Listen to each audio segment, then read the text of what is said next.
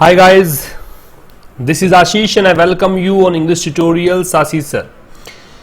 Here we are going to discuss editorial of the Hindu of 29th of September, freedom to pray. So ये editorial हमें discuss करना है और हमेशा की तरह let me tell you some important things कि अगर पहली बार ये सेशन आप देख रहे हैं इस चैनल पर तो बहुत सारे वीडियोस हैं दोस्तों, उनको भी आप एंजॉय कीजिए और आने वाले वीडियोस की श्रृंखला जो आने वाली है, बहुत सारे वीडियोस आने वाले हैं, वो भी आप तक पहुंचते रहें। इसके लिए सब्सक्राइब कर लीजिए और बेल बटन को क्लिक कर नोटिफिकेशन भी सुनिश्चित कर लीजिए।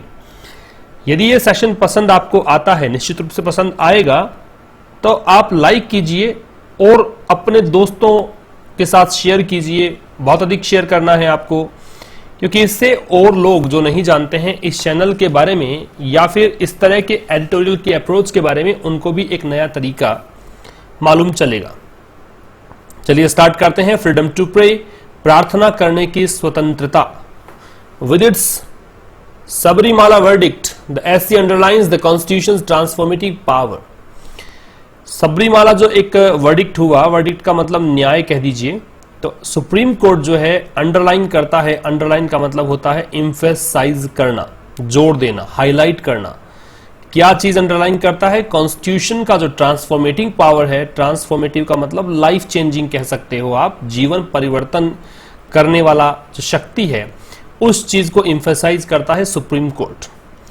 The constitution protects religious freedom in two ways. Constitution जो है वो धार्मिक स्वतंत्रता को दो तरीकों से प्रोटेक्ट करता है। It protects an individuals right to profess. Profess का मतलब देखिए क्या है। प्रोफेस का मतलब होता है डिक्लेयर करना या एफर्म करना, घोषणा करना कह सकते हो, या फिर आप कह सकते हैं कोई चीज को एजर्ट करना, एफर्म करना, तो प्रोफेस।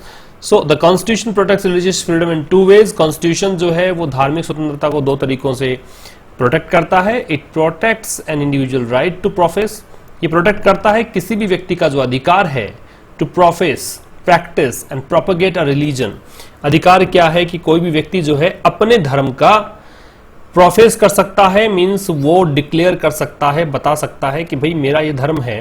प्रैक्टिस, उसका जो व्यवहार है, मतलब उस धर्म की जो मान्यताएं हैं उनको अपना सकता है। एंड प्रोपगेट, प्रोपगेट का मतलब होता है प्रचार प्रसार करना, डिसेमिनेट करना, स्प्रेड करना, और वो प्रोपगेट कर सकता है रिलीजन जो भी उसका है उस बारे में। And it also assures similar protection to every religious denomination to manage its own affairs.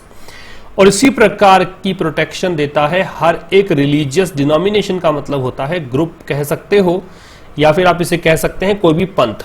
हर एक जो धार्मिक पंथ है, धार्मिक जो समुदाय है, उसको एक सेम प्रोटेक्शन मिलती है टू मैनेज ऑन अफेयर्स, ताकि वो अपने मामलों को मैनेज कर पाए। So the legal challenge to the exclusion of women in the 10 to 50 age group from the Sabrimala temple in Kerala represented a conflict between the group rights of the temple authorities in enforcing the presiding deity's strict celibate status and the individual rights of women to offer worship there. तो देखिए, the legal challenge जो एक न्यायिक चुनौती to the exclusion of women, की महिलाओं को बाहर रखा गया। एक्सक्लूजन का मतलब बाहर रखना, महिलाओं को बाहर रखा गया। सबरीमाला जो टेम्पल है केरला में, उसने क्या रिप्रेजेंट किया है, उसने क्या चीज प्रस्तुत की है? उसने प्रस्तुत किया है conflict between the group rights of the temple authorities. Temple authorities के ग्रुप राइट्स से सामुदायिक जो एक अधिकार होते हैं उनके बीच एक संघर्ष पैदा कर दिया है। In enforcing the presiding deity's strict celibate. Presiding का मतलब होता है प्रिंसिपल या मैन कह सकते हो। जो मुख्य देवता है, जो मुख्य देवता है, उसका स्ट्रिक्ट सेलिब्रेट स्टेटस है, कि बहुत ही सख्त जो ब्रह्मचर्य स्टेटस है। And the individual rights of women to offer worship there. तो इन्होंने क्या किया है? And of the temple authorities in enforcing the presiding deities celibate status and the individual rights of women to offer worship there. तो दो चीजों के बीच में कॉन्फ्लिक्ट आ चुका है। एक तो आ गया है कि भाई उसका स्ट्रिक्ट सेलिब्रेट स्टेटस है, और एक जो महिलाओं का व्यक्तिगत निजता का जो अधिकार है, एक इंडिविजुअल राइट है वर्शिप करने का, उन दोनों के बीच कॉन्फ्लिक्ट पैदा हो गया है। The supreme court ruling by a 4:1 majority that the exclusionary practice violates the right of women devotees establishes the legal principle that individual freedom prevails over purported group rights. अब देखिए यहां पे एक तो आपको दे रखा है the supreme court ruling, supreme court की रूलिंग है, उसमें 4:1 का एक रेशियो में एक मेजोरिटी निकल कर आई, 4 किसी एक पक्ष में थे, एक किसी और पक्ष में था। दैट एक्सक्लूजनरी प्रैक्टिस वायलेट्स, कि जो ये बाहर निकालने की जो प्रथा है कि महिलाओं को मंदिर में प्रवेश नहीं करने दिया जाएगा, ये महिलाओं के अधिकारों का उल्लंघन करता है। वायलेट्स जो है वो उल्लंघन करने को बोलते हैं। एसोरियस जोड़ते हैं किसी क्रिया में, देन इट बिकम्स सिंगुलर, और ये सिंगुलर इसलिए है दोस्तों क्योंकि एक्सक्लूजनरी प्रैक्टिस जो है वो सब्जेक्ट यहां पे है। तो महिलाओं का, जो महिला भक्तों का एक राइट होता है, डिवोटीज का मतलब भक्त, एस्टैब्लिशेस द लीगल प्रिंसिपल, वो एक स्थापित करता है न्यायिक सिद्धांत, दैट इंडिविजुअल फ्रीडम की जो व्यक्तिगत स्वतंत्रता है, प्रिवेल्स ओवर, वो ओवरकम करता है, या फिर कहते हैं कि कहीं अधिक महत्वपूर्ण है। प्रिवेल ओवर का मतलब होता है ओवरकम करना, किसी से आगे निकल जाना, सुपीरियर होना। और परपर्टेड ग्रुप राइट्स, परपर्ट का मतलब एलेज, तथा कथित आप कह सकते हो, जो सामुदायिक या समूहात्मक अधिकार होते हैं उससे कहीं अधिक ऊपर रखा गया है निजता की स्वतंत्रता का अधिकार। Even in matters of religion, चाहे वो धार्मिक मुद्दा ही क्यों न हो। The three concurring opinions that form the majority, जो 3 सहमति के जो ओपिनियंस आए, कॉन्करिंग का मतलब होता है एग्रीइंग, सहमति के जो ओपिनियंस आए, दैट फ्रॉम द मेजोरिटी, जो कि मेजोरिटी बनाता है, have demolished the principal defences of the practice, उन्होंने डिमोलिश किया, उन्होंने नष्ट कर दिया the principal defences of the practice, जो प्रिंसिपल डिफेंस है, जो मुख्य डिफेंस है इस प्रथा के, that Sabarimala devotees have constitutionally protected denominational rights, कि सबरीमाला जो डिवोटीज हैं, जो भक्त हैं, हैव कॉन्स्टिट्यूशनली प्रोटेक्टेड, उन्होंने संवैधानिक रूप से रक्षा की है डिनोमिनेशनल राइट्स, समूह का जो उनके पंथ का अधिकार है उसको, दैट दे आर एंटाइटल्ड, और वो जो लोग हैं वो एंटाइटल्ड हैं। एंटाइटल्ड का मतलब है कि उनको अधिकार मिला हुआ है, वे अलाउ हैं to prevent the entry of women, वो महिलाओं की एंट्री को रोक सकते हैं, to preserve the strict celibate nature of the deity, क्योंकि जो उनका देवता है उनका एक सेलिब्रेट नेचर है, स्ट्रिक्ट सेलिब्रेट नेचर है, ब्रह्मचर्य का नेचर है, इस कारण से, and that allowing women would interfere with an essential religious practice, और अगर महिलाओं को हम अलाउ कर देते हैं तो वो इंटरफेयर करेगा। एक बात यहां पे देखिएगा, इंटरफेयर के साथ में प्रेपोजिशन बहुत महत्वपूर्ण है, विद आएगा, तो would interfere with an essential religious practice, ठीक है, इस बात को इंटरफेयर करेगा। द मेजोरिटी हेल्ड दैट, अब देखिए क्या है, majority held that devotees of Lord Ayyappa do not constitute a separate religious denomination. अब मेजोरिटी जो है जो थी उसमें ये कहा गया कि जो डिवोटीज हैं, जो भक्त हैं अयप्पा के, भगवान अयप्पा के, उनका कोई सेपरेट रिलीजियस डिनोमिनेशन तो है नहीं, उनका कोई एक अलग से गुट तो है नहीं, and that the prohibition on women is not an essential part of Hindu religion, और जो महिलाओं का निषेध है कि महिला मंदिर प्रवेश नहीं कर सकती है, ये कोई एसेंशियल पार्ट नहीं है धार्मिक हिंदू धर्म का। इन अ डिसेंटिंग ओपिनियन, एक असहमतिपूर्ण राय में, डिसेंटिंग का मतलब असहमति है, और लगातार 2-3 दिन से जो भी न्यूज़पेपर का एडिटोरियल हम पढ़ रहे हैं उन सभी में ये वर्ड कॉमन रूप से आया है, अगर आपको याद हो तो। Justice Indu Malhotra chose not to review the religious practice, justice Indu Malhotra है, उन्होंने कहा है कि वो रिव्यू नहीं करे रिलीजियस प्रैक्टिस को on the touchstone of gender equality और इंडिविजुअल फ्रीडम। अब टच स्टोन का मतलब मेजर होता है कि इस मेजरमेंट पे तो नहीं करेगी कि जेंडर इक्वलिटी है कि नहीं है या इंडिविजुअल फ्रीडम है कि नहीं है, इन दोनों के आधार पर वो दोबारा से रिव्यू नहीं करेंगी, फिर से नहीं देखेंगी। Her view that the court can not impose its morality और rationality with respect to the form of worship of a deity. उन्होंने एक अपना राय प्रस्तुत की है कि जो कोर्ट है वो नहीं थोप सकता है, इम्पोज का मतलब थोपना, अपनी नैतिकता या फिर तार्किकता, जहां तक बात हम करते हैं कि उस देवता की पूजा का प्रकार क्या है, उस संदर्भ में कोर्ट तो कुछ थोप नहीं सकता। Accorded greater importance to the idea of religious freedom as being mainly the preserve of an institution other than individual rights. Accorded, accorded का मतलब क्या है, अकॉर्ड का मतलब सहमति होने को बोलते हैं अकॉर्ड। तो क्या कहा जा रहा है, accorded greater importance, her view that the court can not impose it's, ये जो उनका व्यू था, उन्होंने सहमति दर्शाई है ग्रेटर इंपॉर्टेंस के साथ में to their idea of religious freedom, कि धार्मिक स्वतंत्रता का एक विचार है, as being mainly the preserve of an institution, वो एक विशेषता या एक किसी संस्थान मात्र का कोई एक प्रिजर्व कह सकते हो, संरक्षण कह सकते हो, रेदर देन इंडिविजुअल राइट, ये किसी निजी व्यक्ति का या किसी एक व्यक्ति का अधिकार नहीं है।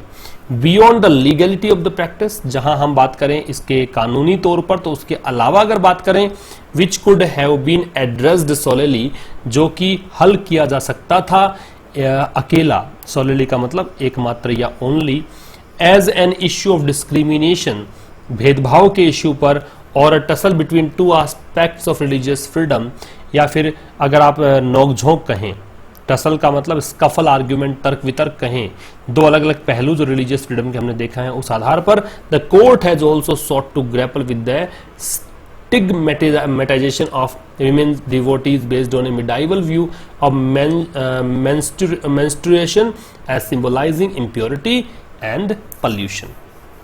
देखिए अब ये क्या कह रहा है कि भाई the court has also sought to grapple with the stigmatisation, stigmatisation का मतलब होता है कलंकित कर देना, अपमानित कर देना, ग्रैपल विद का मतलब होता है कन्फ्रंट करना, मुठभेड़ करना, हाथापाई करना, संघर्ष करना।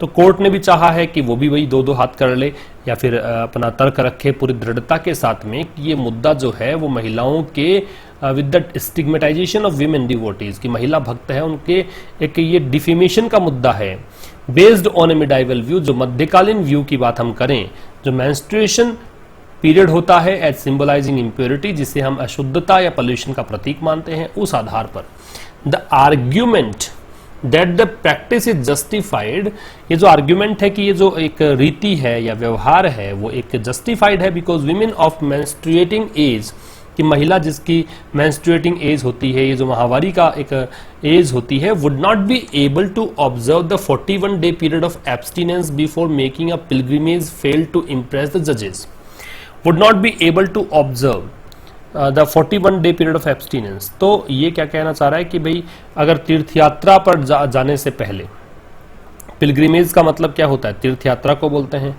एब्सटिनेंस का मतलब परहेज होता है, एब्सटिनेंस लिख लीजिएगा, परहेज करना, दूर रहना, सेल्फ नियंत्रित रहना, सेल्फ कंट्रोल, सेल्फ रेस्ट्रेंट रहना, ठीक है ना। तो ये क्या कहना चाह रहा है भाई कि भाई जो महिला मेंस्ट्रुएटिंग एज की हैं would not be able to observe the 41 day period of abstinence, वो 41 दिन का जो पीरियड है एब्सटिनेंस का वो ऑब्जर्व करने में सफल नहीं हो पाएंगी बिफोर मेकिंग अ पिलग्रिमेज, किसी भी धार्मिक यात्रा से पहले, फेल टू इम्प्रेस जजेस, इससे लेकिन जज है प्रभावित नहीं हुए। इस दलील से to Chief Justice Deepak Mishra, any rule based on segregation of women pertaining to biological characteristic is indefensible and unconstitutional. Deepak Mishra ji का कहना, जो मुख्य न्यायाधीश है, कि कोई भी ऐसा नियम है जो पृथक्करण पे आधारित है, जो महिलाओं को पुरुषों से इक्वलिटी प्रदान नहीं करता है, अलग करता है, परटेनिंग का मतलब होता है संबंधित, परटेनिंग का मतलब रिलेटेड टू, कंसर्न, ठीक है ना।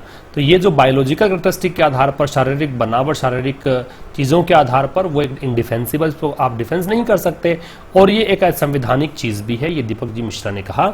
Devotion can not be subjected to the stereotypes of gender, कि कोई भी भक्ति भाव है, कोई भी समर्पण है, आप उसको जेंडर के आधार पर, तो स्टीरियोटाइप, जेंडर स्टीरियोटाइप को मतलब क्लिश कह सकते हो, घिसा पिटा जो दक्यानुसी विचार हैं उसके आधार पर तो आप इसको अलग नहीं कर सकते।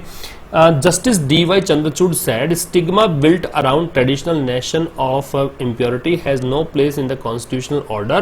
An exclusion based on the notion of impurity is a form of untouchability. D.Y.. Chandrachud ने कहा कि जो एक स्टिग्मा है, जो भी शेम या डिस्ग्रेस है, जो भी कलंक लगा है, बिल्ट अराउंड ट्रेडिशनल नोशंस, जो भी पारंपरिक विचारों के आधार पर बनाया गया, ट्रेडिशनल नोशंस, पारंपरिक विचार, नोशंस का मतलब आइडिया कह सकते हो, विचार कह सकते हो, इम्प्योरिटी, अशुद्धता के आधार पर उसका संविधान में तो कोई स्थान है नहीं। An exclusion based on the notion of impurity, और अशुद्धता के आधार पर अगर आप एक्सक्लूजन की बात करते हैं, अलग हटाने की बात करते हैं, तो ये तो अस्पृश्यता हो गई, अनटचेबिलिटी हो गई। Justice Rohinton F Nariman said the fundamental rights claimed by worshippers based on custom and usage must yield to the fundamental right of women to practice religion. अब इन्होंने कहा कि भाई ये जो एक मौलिक अधिकार है जो भक्तों को मिला है, कस्टम के आधार पर, यूसेज के आधार पर, उसको तो कम से कम घुटने टेक देने चाहिए। जो महिलाओं का अधिकार है धर्म को प्रैक्टिस में लेने का, धार्मिक होने का, पूजा पाठ करने का, उसके सामने यील्ड टू का मतलब होता है सरेंडर करना, कम करना। यील्ड के साथ में प्रेपोजिशन टू का प्रयोग करते हैं। The decision रीअफर्म्स the constitutions transformative character. Decision जो है फिर से दृढ़ करता है जो कॉन्स्टिट्यूशन का एक चेंजिंग कैरेक्टर है उसको, and derive strength from the centrality it accords to fundamental rights.